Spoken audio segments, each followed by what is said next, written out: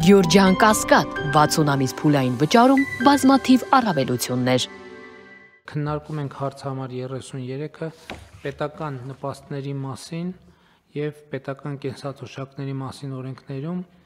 փոփոխություններին հավանություն տալու եւ անհետաձգելի համարելու մասին հարցազեկուցող աշխատանքի եւ սոցիալական հարցերի նախարար Արսեն Թորոսյան։ Համեցեք, պարոն Թորոսյան։ Շնորհակալություն, պարոն վարչապետ, հարգելի գործընկերներ, ինչպես նշվեց, ձեր քննարկման եմ ներկայացնում օրենքների փաթեթի նախագծին հավանություն տալու հարց պետական նպաստների մասին եւ պետական կենսաթոշակների մասին։ Փորձեմ հիմնական կետերով հակիրճ ներկայացնել, եթե հարցեր կլինեն, պատասխանեմ, պարոն վարչապետ։ Առաջի փոփոխությունը, որ նախատեսում ենք իրականացնել, վերաբերում է ընտանիքում երրորդ եւ յուրաքանչյուր հաջորդ երեխայի ծննդյան կապակցությամբ տրվող պետական աջակցության ծրագրին, որը ուժի մեջ էր 2022 թվականի հունվարի 1-ից եւ ավարտվում է 2025 թվականի դեկտեմբերի 31-ին, այսինքն այս տարվա վերջում, եւ մեր հետազոտությունները եւ վերլուծությունները եւ նաեւ միջազգային փորձը ցույց է տալիս, որ նման աջակցության ծրագրերը ամենակարևոր ժողովրդագրական աջակցության ծրագրերից են, որոնք նպաստում են ընտանիքներում երրորդ եւ հաջորդ երեխաների ծննդյանը եւ ըստ էության աջակցում են ընտանիքներին երկարատև ժամանակ, մեր դեպքում մինչեւ 6 տարեկան։ Եվ առաջարկում ենք այս աջակցության ծրագիրը իր ավարտից հետո վերածել մշտական պետական նպաստի, որը կտրվի նույն տրամաբանությամբ, այսինքն երրորդ եւ հաջորդ երեխային 50,000 դրամի չափով մինչեւ 6 տարեկան։ Բայց միանգամից ուզում եմ հավելել, որ հաշվի առնելով, որ այս դեպքում էլ մենք ունենք հետվճարի մեխանիզմ, ըստ էության մեր նոր 20% դրույքաչափով, որը հունվարի 1-ից կմտնի, սա նույնպես դառնում է 60,000 դրամ,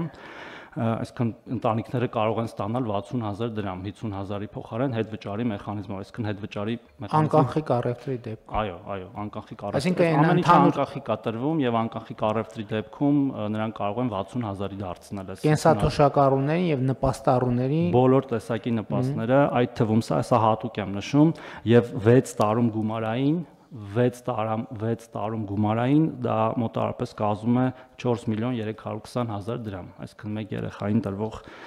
նպաստի չափը եւ եթե կլինեն արդեն այլ շատ երեխաներ, համապատասխան անգամ ավել։ Ուզում եմ նաեւ հատուկ նշել, որ այս ծրագրով վերջի տվյալներով հոկտեմբեր ամսվա դրությամբ արդեն աջակցություն ստանում է 38,816 երեխա, այսինքն այսքան երեխաների համար վճարվում է այսքան գումար եւ մենք մինչ օրս ծախսել ենք սրա վրա 51,840 միլիոն դրամ, ինքը բավական լայնածավալ, բավական մասշտաբային ծրագիր է եւ առաջարկում ենք այն դարձնել մշտական։ Հաջորդ փոփոխությունը, որը առաջարկում ենք իրականացնել, վերաբերում է երեխայի միանվագ ծննդյան նպաստներին, որը այս պահի դրությամբ կարգավորվում է ըստ երեխայի կարգաթվի, այսինքն կախված նրանից, թե երեխան որերորդն է ընտանիքում, առաջինը, երկրորդը, երրորդը, չորրորդը եւ 5-րդը տրվում է տարբեր չափի աջակցություն, առաջինի եւ երկրորդի դեպքում տրվում է 300,000 դրամ, երրորդ չորրորդի դեպքում 1 միլիոն դրամ եւ 1.5 միլիոն դրամ 5-րդ եւ հաջորդ երեխայի դեպքում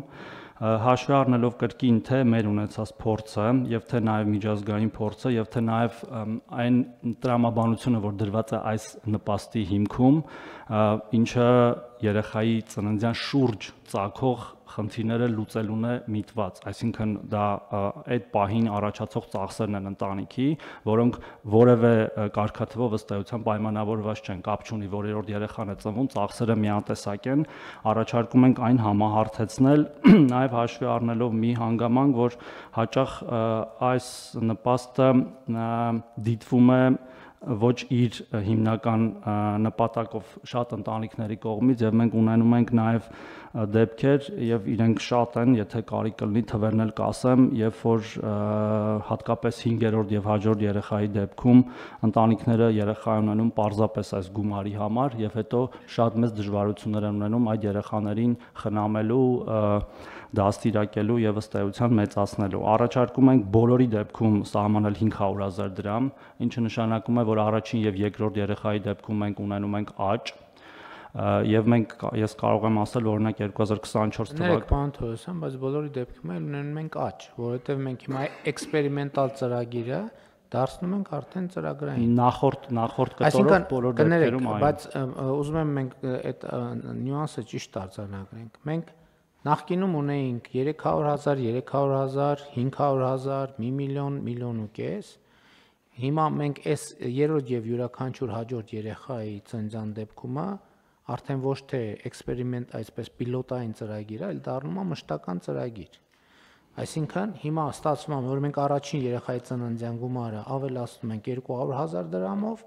երկրորդ երեխայի ծննդյան գումարը ավելացնում ենք 200,000 դրամով, երրորդ եւ յուրաքանչյուր հաջորդ երեխայի համար այլևս մշտապես վճարվող ամիսը 50,000 վճարում ենք պլյուս այդ 500,000-ը։ Այսինքն իրականում բոլորի դեպքում էլ ավելացնում։ Ես հատուկ նշեցի 4 միլիոն 320-ը, որը ըստ էության այդ գումարային թիվն է նաև գալիս մեկ երեխային վճարվող նպաստի չափով, պարզապես ուզում եմ ասել, որ 21600 երեխա մենք ունենում ենք հենց առաջին եւ երկրորդ կարգաթվով ծնվող եւ 300-ը միանգամից դառնալու է 500,000, սակայն այս կարգավորումը ուժի մեջ է մտնելու սեպտեմբերի 1-ից, սա էլ եմ հատուկ ուզում նշել, որպեսզի որևէ կերպ չանդրադառնա այս պահին երեխա սպասող ընտանիքների վրա, երկու դեպքում էլ մտնելու է սեպտեմբերի 1-ից։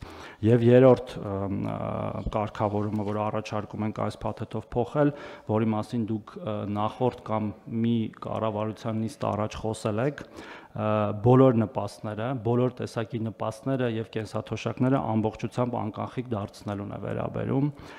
Ըստ էության որևէ այլ պարագայ, որևէ դեպքում մենք չենք վճարելու կանխիկ, հիմա էլ է իրականում թիվը բավական իջնում եւ օրինակ կարող եմ ասել, որ միայն վերջի 1 ամսում 10,000-ով իջել է կանխիկով ստացողների թիվը, ունենք այս պահին 661,000 քաղաքացուց, որ որևէ տեսակի նպաստ կամ կենսաթոշակ է ստանում, կանխիկ ստանում է ընդամենը 60,000-ը, 600,000-ը ստանում է արդեն անկանխիկ եւ նորից եմ ուզում նշել, միայն 10,000-ը, այսինքն տենդենսը ավտոմատ կա, բայց մենք այս որոշումով դա կարագացնենք։ Այս կարգավորումը ուժի մեջ ենք դնում ապրիլի 1-ից